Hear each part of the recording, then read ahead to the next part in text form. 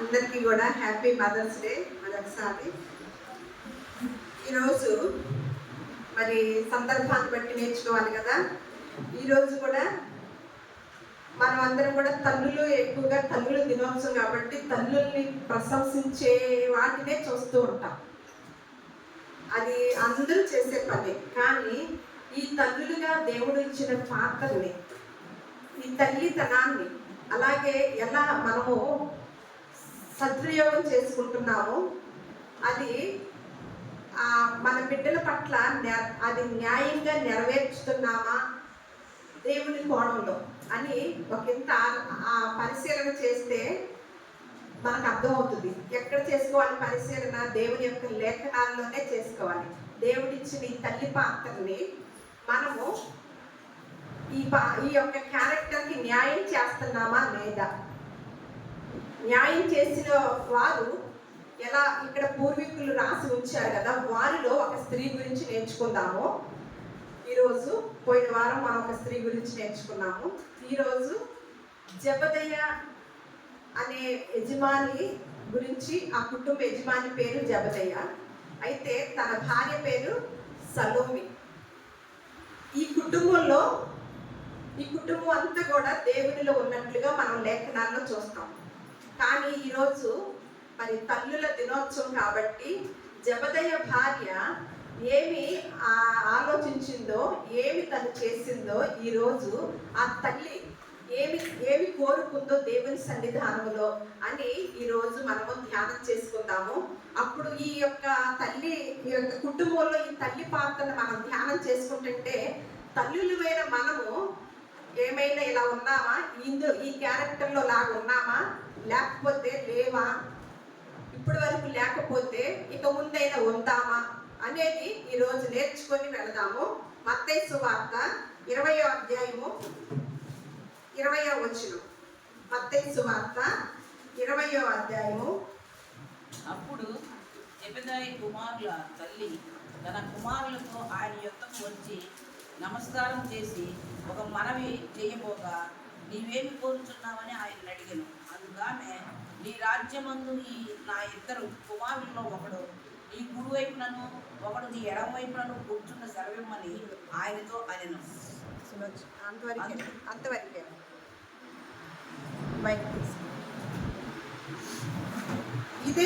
ఇదే ప్రస్తావన మార్కు సువార్త 10వ అధ్యాయము 35వ వచనం కూడా చూశాక ఇక్కడ అక్కడ చూద్దాం ఒకసారి. జబదయ్య కుమారులైన యాకోబును యోహానును ఆయన ఎద్దుకు వచ్చి, బోధకుడా, మేము అడుగునదెల్లా నీవు మాకు చేయగోరుచున్నామని చెప్పగా, ఆయన, నేను మీకేం చేయగోరుచున్నారని వారిని అడిగాను. వారు, నీ మహిమయందు నీ కుడి వైపున ఒకడును నీ ఎడమ వైపున ఒకడును కూర్చుండునట్లు మాకు దయచేయమని చెప్పింది. అంతవరకే. ఇప్పుడు 2 చోట్ల మనము ఈ సందర్భాన్ని చూస్తున్నాం. మొదటి చోట చూసినప్పుడు ఎవరు అడుగుతున్నారంటే తల్లి జబదయ్య కుమారుల ఎలా పరిచయం చేస్తున్నారో చూడండి. ఇంటి యజమాని పేరు ప్లస్ జబదయ్య కుమారుల తల్లి అని ఇక్కడ చూస్తున్నాం అన్నమాట. ఏం చేస్తుందండి? ఏమడుగుతుంది? ఒకంత పరిశీలనగా ఇది తల్లుల దినోత్సవమే, కానీ కుటుంబంగా మనము ఉన్నాము. కొంతమంది కుటుంబంగా కూడా ఉన్నాము. తండ్రులు కూడా ఆలోచించాల్సిన విషయం అన్నమాట.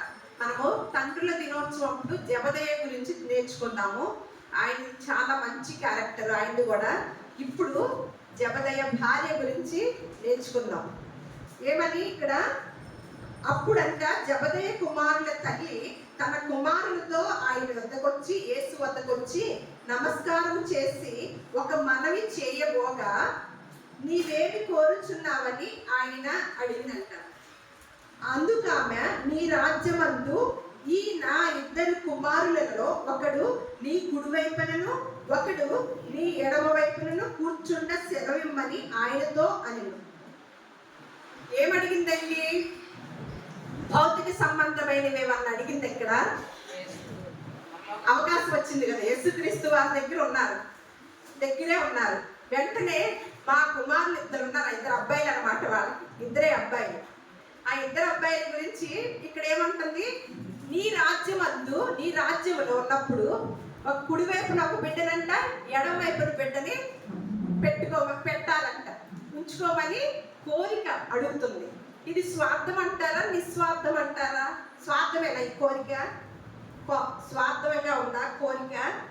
ఇబ్బందిగా ఉందా ఏంటి? వీళ్ళ పిల్లలిద్దరే యేసు ప్రభు వారి దగ్గర ఉండాలా? అటు ఇటు స్వార్థంగా ఉందా? ఉందా చెప్పండి.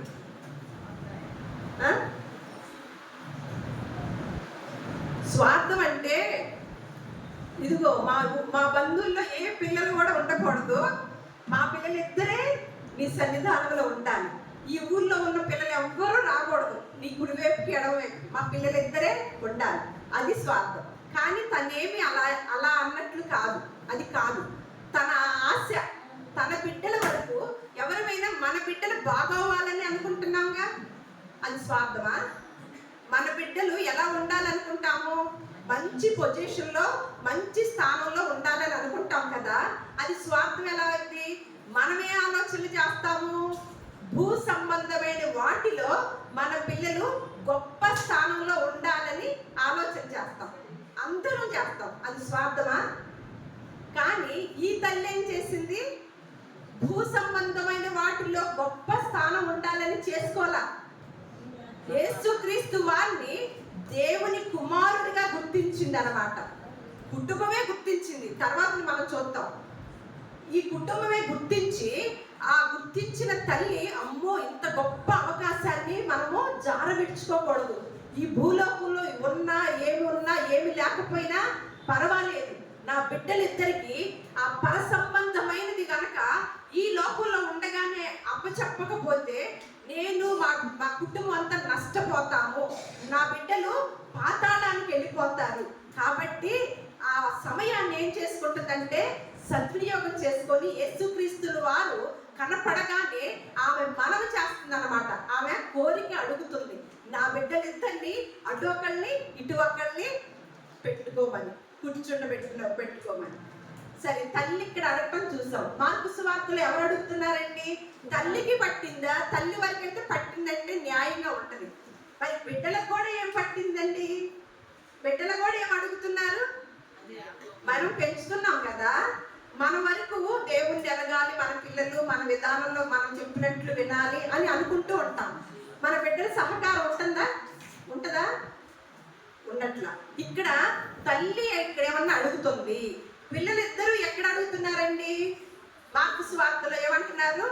నీ మహిమ. ఏమని చదువుతున్నారు అక్కడ? నీ మహిమ యందు నీ కుడి వైపున ఒకడును నీ ఎడమ వైపున ఒకడును కూర్చుండునట్లు మాకు దయచేయమని చెప్పి. చూడండి, వారికి కూడా ఎంత నేర్పి ఉంటదండి. తండ్రి దగ్గర నుంచి వచ్చింది. కుమారులు బాగుండాలి, కుమారులు క్రమశిక్షణగా ఉండాలంటే ఎవరు మోడల్గా ఉండాలండి? కుమారులు ఇద్దరు ఉండాలి. మరి ఎక్కువ పాత్ర తండ్రిది ఉండాలన్నమాట. ఆ తర్వాత కుమార్తెలు క్రమశిక్షణగా ఉండాలి అంటే ఎవరిని చూస్తారు? కుమార్తెలు అమ్మ కట్టే విధానము, అమ్మ పెట్టే విధానము, అమ్మ వండే విధానము, అమ్మ పని చేసే విధానము, అవన్నీ ఎవరు గమనిస్తూ ఉంటారు? కుమార్తెలు గమనిస్తారు. తండ్రి విధానం అంతా ఎవరు గమనిస్తూ ఉంటారు? ఇదిగో మా నాన్నలాగా నేను ఈ బండితో వెళ్తాను, ఇదిగో ఇలా కారు నడుపుతాను, ఇలా చిన్నప్పటి నుంచి అనుకుంటారు కదా. అంటే ఎవరిని అనుసరిస్తూ ఉంటారు? తండ్రిని కదా. ఇక్కడ ఈ బిడ్డలిద్దరు కూడా యాకోబు, యోహాన్ అన్నమాట పేర్లు. వీళ్ళిద్దరు ఏం చేస్తున్నారంట? వీళ్ళు కూడా యేసుక్రీస్తు వారిని అడుగుతున్నారంట. ఎప్పుడు? భూ సంబంధమైంది అడిగారా? నీ మహిమ యందు నీ కుడి వైపున ఒకడును ఎడమ వైపున ఒకడును కూర్చుండనట్లు మాకు దయచేయమని చెప్తున్నారంట. అయితే ఈవిడ ఈ మాటల వరకే అడుగుతుందా? ఈ తల్లి ఏమైనా చేసిందా? ఊరికే మనం ఏం చేస్తాం? మనం ఏమి పరిచర్యలో ఏమి పెట్టం, ఎందులో ఉపయోగపడం. కానీ దీవులన్నీ కావాలి. తల్లులు ఏం చేస్తారు? కొంతమంది తల్లులుగా మనం ఏమీ చెయ్యం దేవుని పరిచర్యలు, కానీ మా బిడ్డలు గొప్ప స్థానంలో ఉండాలి, దేవుని దగ్గర అంటుకొని ఉండాలి, నా లేకపోతే ఇంకొక స్థానంలో ఉండాలి అనుకుంటాం. కానీ అలా అనుకొని మనం చేసిందా ఈ జెబెదయి భార్య? ఈ తల్లి కూడా ఏం చేసిందో, ఏం చేసి తన కుమారులు అడిగిందో ఒకసారి మత్తయి సువార్త చూద్దాం. మత్తయి సువార్త 27వ అధ్యాయము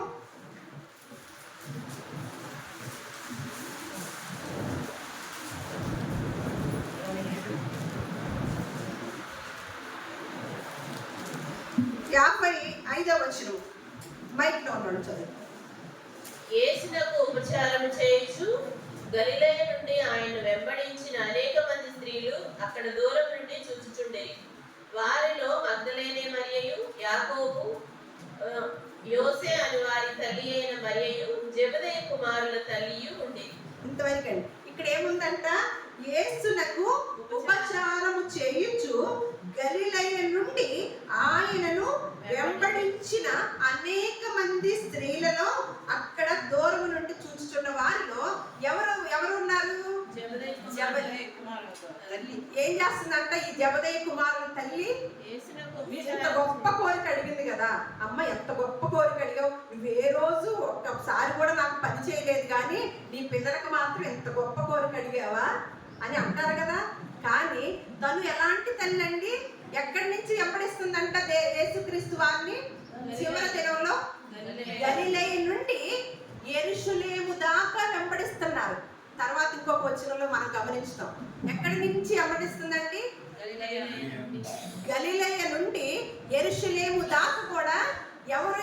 ఈ స్త్రీలలో, వెంబడించే స్త్రీలలో జెబెదయి కుమారుల తల్లి కూడా ఉందన్నమాట. ఈ తల్లి ఏం చేస్తుందంటే యేసుక్రీస్తుల వారికి ఉపచారము చేస్తుంది.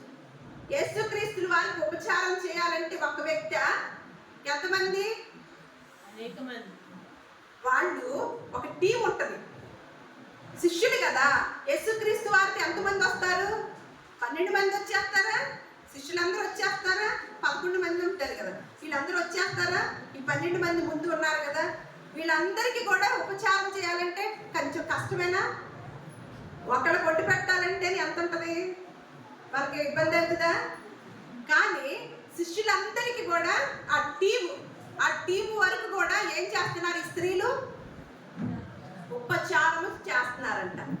ఈయన్ని వెంబడిస్తూ, ఈయనతో ఉంటూ, ఈయనకి కావలసిన ప్రతి సౌకర్యాన్ని కూడా తీర్చుతూ, ఆయనకి బాగా దగ్గరగా ఉండి ఏ అవసరత ఉందో ఆ అవసరతని వారికి ఇబ్బంది లేకుండా తీరుస్తూ వారిని వెంబడిస్తూ ఉన్నారంటండి. ఒక చోట కాదు, గలిలయ నుండి యెరూషలేము వరకు అంట. ఇక్కడ ఒక చోట చూద్దాం. ఎక్కడనే?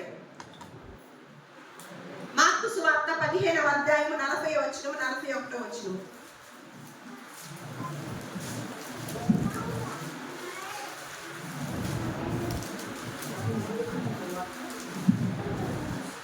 వారిలో మగ్దలేనే మరియు చిన్న యాకోబు, యోసే అని వారి తల్లి అయిన మరియు సలోమేయు ఉండేది.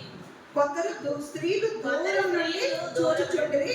వారిలో మగ్దలేనే మరియు చిన్న యాకోబు, యోసే అని వారి తల్లి అయిన మరియు సలోమేయు ఉండేది. ఆయన గలిలయలో ఉన్నప్పుడు వీరు ఆయన్ని వెంబడించి ఆయనకు పరిచారం చేసిన వారు.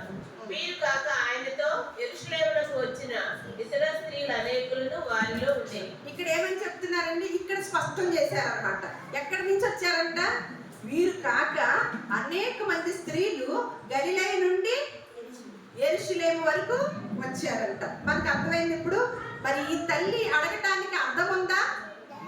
ఈ తల్లి యేసుక్రీస్తు వారిని మనం ఏమి చెయ్యం, కానీ మనం చాలా మనవులు చేస్తూ ఉంటాం. చాలా ప్రార్థనలు చేసి, ఇది మాకు చేయవా ప్రభువా, ఇది జరగలేదేంటి, అది జరగలేదేంటి అని అడుగుతూ ఉంటాం. మరి మనం ఏమన్నా చేసి అడిగితే దానికి పరమార్థం ఉంటుంది. కానీ మనము కూడా చేయకోకుండా మన బిడ్డలు బాగోవాలంటే తల్లులుగా మనం ఏం చేయాలి? జెబెదయి కుమారుల తల్లి యేసుక్రీస్తు వారిని నీ మహిమయందు కుడివైపున ఒకరిని, ఎడమవైపు ఒకరిని, నా బిడ్డలిద్దరిని పెట్టుకోమని అందంటే ఆవిడ ఎంత కష్టపడి పరిచారం చేస్తే ఆ మాట అనగలిగిందండి యేసుక్రీస్తుల వారిని. మనం అందుకే అంత ముందు చదువుకున్నాం. ముందుగా ఇచ్చి ప్రతిఫలం పొందదగిన వారు ఎవరు? ముందుగా ఇచ్చి ప్రతిఫలం పొందదగిన వారు ఎవరు అని మనం ఒక చోట చేయటం వచ్చా? దేవుణ్ణి అడగాలంటే ఏం చేయాలి? ముందుగా మనం పరిచర్య చేయాలి, ఉపచారం చేయాలి, పరిచర్య చేయాలి. అప్పుడు ఏం చేస్తాడంటే యేసుక్రీస్తు వారు, పరిశుద్ధులకి పరిచర్య చేసిన వారిని నేను మర్చిపోవటకు అన్యాయస్తుణ్ణి కాదు అని ఆ తర్వాత ఆయన మాట వచ్చింది అన్నమాట. ఇక్కడ ఈ తల్లి ఏం చేస్తుంది? ఉపచారం చేస్తుంది. ఒకే చోట కూర్చొని ఒకసారి వాడింట్లో మా ఇంటికి రండి అన్నం పెడతాను అని అల్లా, యేసుతో పాటు ఎక్కడికైతే అక్కడికి ఆయన ఉంటే చాలు, ఆయనతో ఉంటే చాలు అని ఆ పరిచర్యలో వెడుతూ ఉన్నప్పుడు ఈ కుమారులు ఇద్దరు చూస్తున్నారండి. ఆ కుమారులు ఎలా పెంచిందో మనం ముగింపులో తెలుసుకుంటాం. ఒకసారి మళ్ళా యోహాను సువార్త, ఈ తల్లి ఇలాంటి ఉపచారం చేసే తల్లి ఎటువంటి కుమారుల్ని సంఘానికి అందించిందో ఒకసారి చూద్దాం. యోహాను సువార్త 19వ అధ్యాయం చూడండి.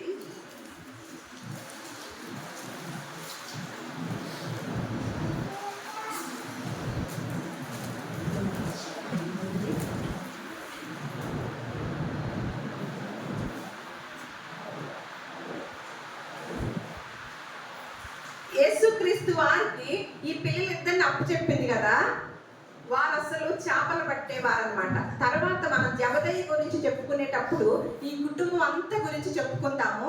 వీరిద్దరిని అప్పగించినప్పుడు వారిద్దరు కూడా యేసుక్రీస్తు వారిలో వెంబడించే, చివరి వరకు వెంబడించే వారిలో వీరిద్దరు కూడా ఉన్నారంట. వీరిద్దరు కూడా ఉన్నారు. ఇక్కడ చూద్దాం ఏమని, 19వ అధ్యాయము 26వ వచనం చూద్దాం. యేసు తన తల్లియు తాను ప్రేమించిన శిష్యుడును దగ్గర నిలుచుండుటను చూచి, అమ్మా ఇదిగో నీ కుమారుడు అని తన తల్లితో చెప్పాను. తరువాత శిష్యుడు చూచి, ఇదిగో నీ తల్లి అని చెప్పాను. అంతవరకే అండి. ఏమని చదువుతున్నామండి? జబదయి కుమారుల్లో ఒక కుమారుడి పేరు యోహాను, ఇంకో కుమారుడి పేరు యాకోబు అన్నమాట. ఈ యోహాను ఏమయ్యాడంట? యేసు ప్రేమించిన శిష్యులలో ఒకడంట. యేసు ప్రేమించింది ఎక్కువగా ముగ్గురు అన్నమాట. ఒక ఆయన ఏమన్నా యోహాను, ఒక ఆయన యాకోబు, ఇంకొక ఆయన పేతురు. ఈ ముగ్గురిని కూడా చాలా చోట్లకి ఏకాంతంగా కూడా ఆయన ఏకాంతంగా వెళ్ళేటప్పుడు కూడా తీసుకెళ్తూ ఉండేవారంట. అలా చూద్దాం ఒకసారి ఎక్కడెక్కడ ఉన్నారో. మత్తయి సువార్త 26వ అధ్యాయం 36వ వచనము, మార్కు సువార్త 5వ అధ్యాయం 36వ వచనము. యేసు వారితో కూడా గెత్సేమనే అనబడిన చోటికి వచ్చి, నేను అక్కడికి వెళ్ళి ప్రార్థన చేసి వచ్చు వరకు మీరు ఇక్కడ కూర్చుంటుడని శిష్యులతో చెప్పి, పేతురును జబదయి ఇద్దరు కుమారులను వెంటబెట్టుకొని పోయి దుఃఖపడుటకును చింతాక్రాంతుడొకటకును మొదలు పెట్టాను. అంతవరకు చూడండి. 12 మంది శిష్యులు కదా, ఎవరిని తీసుకెళ్తున్నాడంట? జబదయి కుమారుల్ని, పేతురుని, ముగ్గురిని కూడా ఇష్టమైన శిష్యులుగా తీర్చిదిద్దిందండి. యేసుక్రీస్తు వారికి ప్రియమైన శిష్యులుగా తన బిడ్డలిద్దరు కూడా ఉండటానికి కారకురాలు ఎవరవుతున్నారు? తల్లి అన్నమాట. ఇక్కడ చూసాం కదా. మళ్ళీ మార్కు సువార్తలో కూడా చూద్దాం. మార్కు సువార్త 5 తీయండి. యేసు వారు చెప్పిన మాట లక్ష్య పెట్టగా, భయపడకుము, నమ్మిక మాత్రం వచ్చమని సమాజ మందిరమ అధికారితో చెప్పి, పేతురు యాకోబు సహోదరులకు యోహాను అను వారిని తప్ప మరి ఎవరినైనాను తన వెంబడి రానియ్యక. అంతవరకు ఏం చేసి ఎవరిని తీసుకెళ్తున్నాడు? మళ్ళీ ఇక్కడ కూడా నేను చెప్పాను కదా, శిష్యులలో ఇష్టపడే శిష్యులు ఉన్నారు. వారిలో పేతురు అంటే వేరే. ఈ జబదయి కుమారులు ఇద్దరు కూడా యేసుకి ఇష్టమైన శిష్యులలో ఇద్దరు అన్నమాట. జబదయి కుమారులు, పేతురుని, వీళ్ళు ముగ్గురిని ఎక్కడికి తీసుకెళ్తున్నాడండి? ఎక్కడికి వెళితే అక్కడికి తీసుకెళ్తున్నాడు. అంటే ఎంత నమ్మకంగా, ఎంత నమ్మితే ఆ శిష్యుల్ని ఆయన అంత ప్రత్యేకమైన స్థానం ఇచ్చి ఉంటాడండి. ఆ బిడ్డలు కూడా అంత వెంబడిస్తున్నారంటే ఎవరి దగ్గర నేర్చుకుని ఉంటారు ఆ బిడ్డలు? వారమ్మ ఏం చేసింది? ఎక్కడి నుంచి ఎక్కడికి వెళ్ళి వెంబడిస్తుంది? గలిలయ నుండి ఉపచారం చేస్తూ యేసుక్రీస్తుల వారి టీంకి ఉపచారం చేస్తూ గలిలయ నుండి యెరూషలేము వరకు కూడా వెంబడించే స్త్రీలలో ఉంటూనే ఉంది. ఎవరిని మాదిరిగా తీసుకున్నారు? ఈ బిడ్డలు కూడా ప్రియమైన శిష్యులు అవ్వటానికి తన తల్లిదండ్రులు ఇద్దరు కూడా యేసుక్రీస్తు వారికి ప్రథమ స్థానం ఇవ్వబట్టే కదా, యేసుక్రీస్తుల వారిని ప్రత్యేకంగా చూడబట్టే కదా. మనం చూడండి, ఏమన్నా వ్యక్తుల్ని తల్లిదండ్రుల మీద మనం ప్రత్యేకంగా చూస్తూ వారికి విలువనిస్తూ ఉంటే చిన్నపిల్లలు ఏం చేస్తారంటే, అమ్మ మా అమ్మాళ్ళకి వాళ్ళంటే ఇష్టం, మేము కూడా వాళ్ళతో బాగా మాట్లాడతాం. అది మనకు తెలుసు కదా. మా అమ్మాళ్ళకి ఆ ఆంటీ అంటే ఎంత ఇష్టమో అని, ఆ ఆంటీ అంటే మాకు కూడా ఇష్టం, ఆ అంకుల్ అంటే మాకు కూడా ఇష్టం, ఇది తెలుసు కదా. మరి ఈ అమ్మకి నాన్నకి ఎవరంటే ఇష్టమయ్యారు? యేసుక్రీస్తుల వారు. ఈ పిల్లలిద్దరు కూడా ఎవరు ఇష్టమయ్యారు? యేసుక్రీస్తుల వారు. మనం ఎవరిని నేర్పుతున్నాం? ఎవరిని ఇష్టపడమని నేర్పుతున్నాము? తల్లులోగా ఇంత మరి పరిశీలన చేసుకోవాలి. అలాగే ఈ బిడ్డలిద్దరు గొప్పతనం ఏంటో తెలుసండి. చూద్దాం. అపోస్తుల కార్యములు 4వ అధ్యాయము, మళ్ళీ మత్తయి సువార్త 17:1 కూడా ఒకసారి చూడండి. మత్తయి సువార్త 17:1 కూడా చూసి,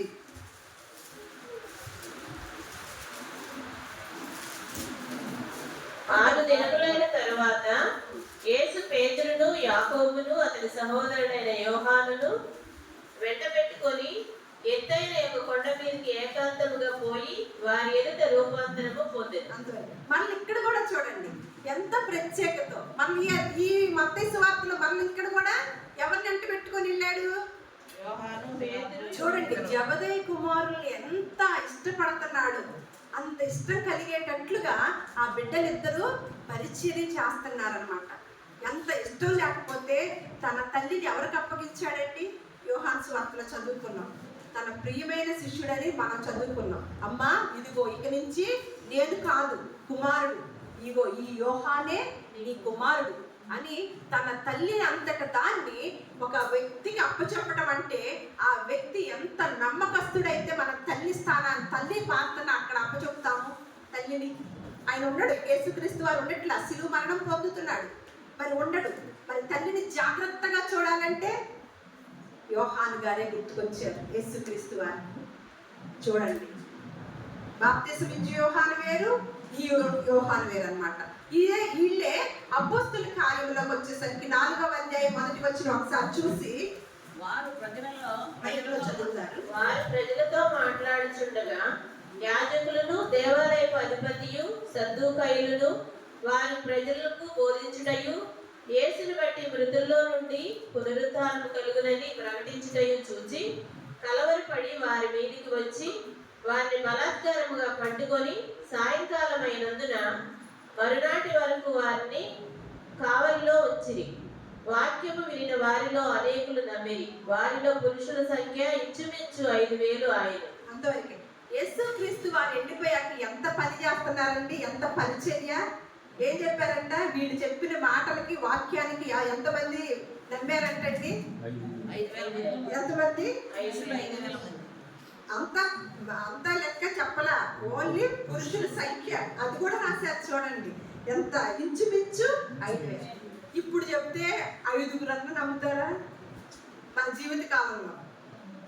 ఏంటి, ఒకరోజు చెప్తే 5,000 మంది పురుషులే. మళ్ళా స్త్రీలని, పిల్లల్ని లెక్క ఇలా మనం 5 కన్నా మన జీవిత కాలంలో, మన ప్రాణం పోయే లోపల 5గురన్నా మార్చగలిగే లాగా ఉంటుందా మన క్యారెక్టరు, మన జీవితం? ఒక 5గురన్నా మార్చగలుగుతామా? ఈ జబదయ్య గారి భార్య గొప్పతనం, వారి బిడ్డల యొక్క గొప్పతనం అన్నమాట. ఈ జబదయ్య భార్య అదృష్టం. ఇక్కడ చూడండి, ఇలా చెప్పి మళ్ళీ 18వ వచనానికి రండి. 16వ వచనం. ఈ మనుషులను మనమేమి చేయదము? వారి చేత ప్రసిద్ధమైన ఒక్క నిమిషం. ఈ 3వ అధ్యాయం చదివి 4వ అధ్యాయం తర్వాత చదవండి. మీరు ఇంటికి వెళ్ళాక మీకు అన్ని కూడా వీరు చేసిన కార్యాలు కూడా అర్థమవుతాయి అన్నమాట. పేతురు, యోహాను, యాకోబులు చేసిన యొక్క కార్యాలు కూడా అర్థమవుతాయి. అందుకని నేను అక్కడక్కడే, మన సమయం కొలది అక్కడక్కడే మనము యోహాను, యాకోబుల గురించే జబదయ్య కుమారుల యొక్క గొప్పతనం గురించే మనం తెలుసుకుంటున్నాం. కాబట్టి వారు చేసిన, యేసుక్రీస్తు వారు ఉన్నప్పుడు చేసిన పరిచర్య, యేసుక్రీస్తు వారు వెళ్ళిపోయాక చేసిన పరిచర్య, అలాగే మళ్ళా మొట్టమొదటిగా హతసాక్షి అయిన కుమారుడిగా కూడా మనం ఇక్కడ చూస్తాం. తర్వాత ఇక్కడ చూద్దాం 16 నుంచి చదవండి. మళ్ళా వీళ్ళు చేసిన అద్భుతాలంట వీరందరూ చూసి ఇప్పుడు మాట్లాడుతున్న మాటలు అన్నమాట. ఈ మనుషులను మనం ఏమి చేయదము, వారి చేత ప్రసిద్ధమైన సూచక్రియ చేయబడి ఉన్నదని యెరూషలేములో కాపురమున్న వారికందరికీ స్పష్టమే. అది జరగలేదని చెప్పజాలము. అయినను ఇది ప్రజలలో ఇంకా వ్యాపింపకుండుటకై ఇక మీదట ఈ నామమును బట్టి ఏ మనుషులతోనైనను మాట్లాడకూడదని మనము వారిని బెదిరి పెట్టవలెనని చెప్పుకొనిది. అప్పుడు వారిని పిలిపించి, మీరు యేసు నామమును బట్టి ఎంత మాత్రములు మాట్లాడకూడదు, బోధింపను కూడదని వారికి ఆజ్ఞాపించి, అందుకు పేతురును యోహానును వారిని చూచి, దేవుని మాట వినుట కంటే మీ మాట వినుట దేవుని దృష్టికి న్యాయమా? మీరే చెప్పుడి, మేము కన్నవాటిని విన్నవాటిని చెప్పక ఉండలేమని వారికి ఉత్తరం ఇచ్చిరి. అంతవరకేనండి. తర్వాత చదువుకోండి. ఏం చేస్తున్నారు? బెదరబెడతారు. అంటే వారు చేస్తున్న కార్యాలు చూసి మిగతా వారికి ఎప్పుడు కూడా అంతే కదా, ఒకళ్ళు మంచి మార్గంలో ఉండి మంచి మాటలు బోధిస్తూ అనేక మంది మీద ప్రభావం చూపించేటప్పుడు వెంటనే ఎదుటి కొంతమందికి అసూయ కలుగుతూ ఉంటుంది, కోపం కలుగుతూ ఉంటుంది. వారితో సహకరించకపోగా అసూయ అనేది యాడ్ అయింది అనమాట. అలాంటి వాళ్ళని ఇక్కడ చూస్తున్నాం. వీరేం చేస్తున్నారు? వీళ్ళు ఎలాగైనా బెదరగొట్టాలి అని ఒక రకమైన ప్లాన్ వేసుకుని వీళ్ళతో అంటుంటే వీళ్ళు ఏమంటున్నారండి? అమ్మో, బెదరగొట్టమంటున్నారు, ఏం చంపుతారు, ఏం చేస్తారో, ఈ రోజుల్లో అసలు యేసుక్రీస్తు వారు మన గురువు గారు లేరు, మనకు ఏమైపోతాం, మనకెందుకు చాటుమాటుగా సువార్తను చెప్పుకుంటా వెళదాములే అనుకున్నారా? మేము కన్న వాటిని విన్న వాటిని మేము చెప్పకుండా మేము అస్సలు ఉండలేము. మా ప్రాణం పోయినా, మేమేమైపోయినా సరే, మేము కన్న వాటిని విన్న వాటిని మేము చెప్పి తీరుతామని ఇక్కడ మాటలు చూస్తున్నాం అన్నమాట. అపొస్తలుల కార్యములు 12వ అధ్యాయం 1వ వచనం చూద్దాం. 1-2 వచనాలు. దాదాపు అదే కాలమందు రాజైన హేరోదు సంఘపు వారిలో కొందరిని బాధపెట్టుటకు బలాత్కారముగా పట్టుకొని యోహాను సహోదరుడైన యాకోబును ఖడ్గముతో చంపించారు. మొట్టమొదటి హతసాక్షి అండి. అపోస్తులలో మొట్టమొదటి హతసాక్షి ఎవరి కుమారుడయ్యాడండి? జబదయి కుమారుడు. ఇటువంటి పరిస్థితుల్లో ఉంది కదా సువార్త ప్రకటన అనేది. అపోస్తుల కార్యాలకు వచ్చేసరికి భయంగాను ఇబ్బందిగా ఉంది కదా, హింస జరుగుతుంది కదా. మరి ఏ తల్లి ఈ పరిచర్యకి అప్పగించిందండి? తన కుమారుడు ఖడ్గంతో ఎలా తప్పు చేసి ఖడ్గంతో చంపించబడ్డాడా? తప్పు చేసి హత్య చేసితే ఖడ్గంతో చంపారా? లేకపోతే దొంగతనం చేస్తే ఖడ్గంతో చంపారండి? ఓన్లీ దేవుని యొక్క మాటల్ని ప్రకటిస్తూ మంచి మాటల్ని మంచి మార్గంలో కొంతమందినైనా పెట్టాలి అని తీర్మానం చేసుకొని ఇద్దరు కుమారులు కూడా బయలుదేరి కన్నవాటిని విన్నవాటిని మేము చెప్పక మానము అంటూ ఒక మంచి దేవుని యొక్క ప్రేరేపణతో మంచి ఆలోచనతో ముందుకు వెళితే ఏం చేశారండి? ఇక్కడ ఈ రోజుల్లో కూడా మంచికి స్థానం ఉంటుందండి. మంచి వింటవారా? మంచి ఆలోచనలు వింటారా? ఇప్పుడు మనం చాలా మందిని చూస్తున్నాం. మనం చెప్పే బోధనలు ఏమంటున్నారు? మత బోధ, మతాలను మార్చేస్తున్నారు. ఈ క్రైస్తవ్యాల్ని, ఈ చర్చిల్ని ఎలాగైనా సరే తీసివేయాలి అని చాలా మంది అనుకుంటూ ఉన్నారు. వీటి వల్ల ఎవరికన్నా నష్టం ఉంటుందండి? ఎంతో మందికి మంచి జీవితాలను అందచేసే గ్రంథం అన్నమాట. ఒక మంచి మార్గాన్ని నడవటానికి, మంచి జీవితాలను జీవించడానికి, కుటుంబాల్లో నెమ్మదిని కలిగించడానికి, సంతోషాన్ని కలిగించడానికి, ఆరోగ్యాన్ని కలిగించడానికి కలిగిన హేతువైన మాటల్నే ప్రకటిస్తూ ఉంటారండి. ఎవరు ప్రకటించినా దీనిలో ఏమన్నా మతం ఉంటుందా? ఏదైనా ఇబ్బంది ఉంటుందా? ఏమీ ఉండదు. మొట్టమొదటి హతసాక్షి అయిపోయాడు. ఎవరండి? యాకోబుగా. జబదయ్య కుమారుల తల్లి గొప్పతనం. తన బిడ్డలిద్దరిని ఎక్కడ ఉండాలని కోరుకుందండి? దేవుడి వైపున. నీ రాజ్యం వచ్చినప్పుడు, నీ మహిమ యందు ఆ బిడ్డ ఒక బిడ్డ కుడివైపున, ఒక బిడ్డ ఎడవైపు. మన బిడ్డలకి ఏమి ఇవ్వాలనుకుంటున్నామండి? ఈ తల్లి గొప్పదేనా? గొప్పది కాదా? మనమే ఆ స్థానంలో ఉంటే, యేసుక్రీస్తు వారే ప్రత్యక్షమై మనతో ఉంటే మనం ఏమడుగుతాం? గబగబా ఎక్కడ మంచి ఉద్యోగం ఉంది, గబగబా ఆలోచించి ఆ కంపెనీలో మా అబ్బాయికి వచ్చే ఉద్యోగం వస్తే బాగుండు నాయన అని ప్రార్థన చేస్తాం కదా. మా బిడ్డలు స్థిరపడలేదు నాయన అని ప్రార్థన చేస్తాం. ఏటిలో స్థిరపడాలి? అందుకే మనం మొన్న చెప్పుకున్నాం, నీడ వల్లే అధ్యాయం నీడ వల్లే తన బ్రతుకు దినములన్నీ వ్యర్థముగా గడుపు మనుష్యునికి ఏమి సంభవించినో ఎవరు చెప్పగలరు? వారు పోయాక ఏమి సంభవించినో వారికి ఎవరు తెలపగలరని ప్రసంగి రాస్తున్నారు. మనము ఈ లోకంలో ఏది మేలు కలిగిద్దో వారికి. ప్రసంగి గ్రంథము 6వ అధ్యాయము 12వ వచనం. ప్రసంగి గ్రంథము 6వ అధ్యాయము. నీడవలే తమ దినములన్నీయు వ్యర్థముగా గడుపుకొను మనుషుల బ్రతుకునందు ఏది వారికి క్షేమకరమైనదో ఎవరికి తెలియను. వారు పోయిన తరువాత ఏమి సంభవించినో వారితో ఎవరు చెప్పగలరు? సుగంధ వరకు ఏమని అంటున్నారు?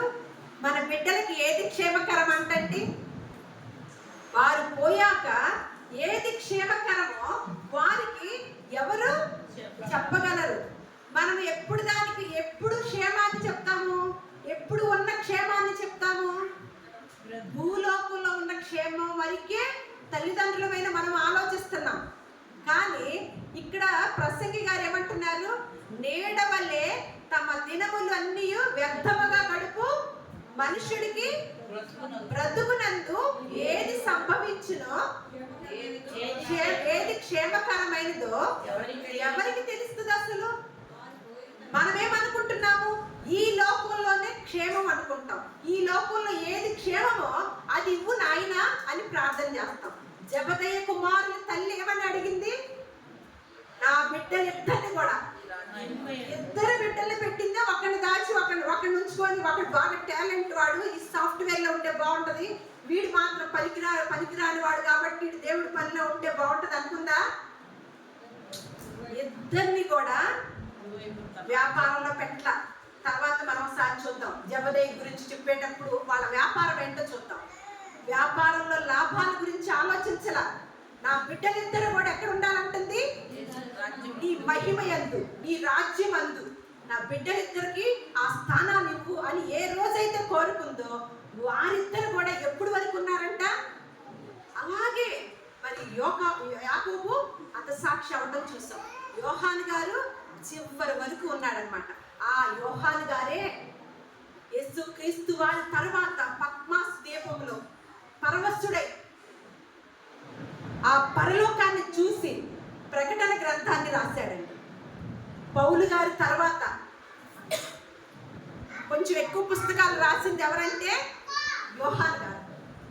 అటువంటి ఆ కొడుకేమన్నా హతసాక్షి అయ్యే ఆధిక్యతనిచ్చాడు.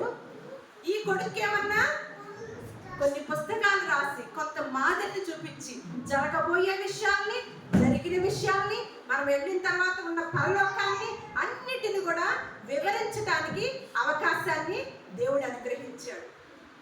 దీనంతటికి కారణం ఎవరండి? దీనంతటికి కారణం తల్లి. ఇక్కడ తల్లి పాత్రను చూస్తున్నాం. మరి మన బిడ్డలకి ఏది కోరుకుంటున్నామో ఒకంత ఆలోచన చేయండి. ఇటువంటి తల్లులు ఉన్నారా మనకి? ఇటువంటి తల్లులు ఉన్నారా? ఒకంత పరిశీలన చేసి నిజంగానే మన బిడ్డలకి నిజమైన తల్లుల దినోత్సవంగా మనం జరుపుకోవాలంటే మన బిడ్డలకి ఏది క్షేమకరమో, ఏది మేలో ఆలోచించిన తల్లిదండ్రులే నిజమైన తల్లిదండ్రులే. భూ సంబంధమైన వరకే ఆలోచించిన వారైతే వారు నిజమైన తల్లిదండ్రులు కాదని నేను గట్టిగా చెప్పగలుగుతాను. దేవుడి మాటల్ని మన హృదయాల్లో ఫలింప చేయనుగాక. దేవుడు మిమ్మల్ని అందరినీ కూడా జబదయ్య కుటుంబం లాగా గొప్ప కుటుంబంగా మిమ్మల్ని అందరినీ కూడా మీ కుటుంబాన్ని ఆశీర్వదించునుగాక.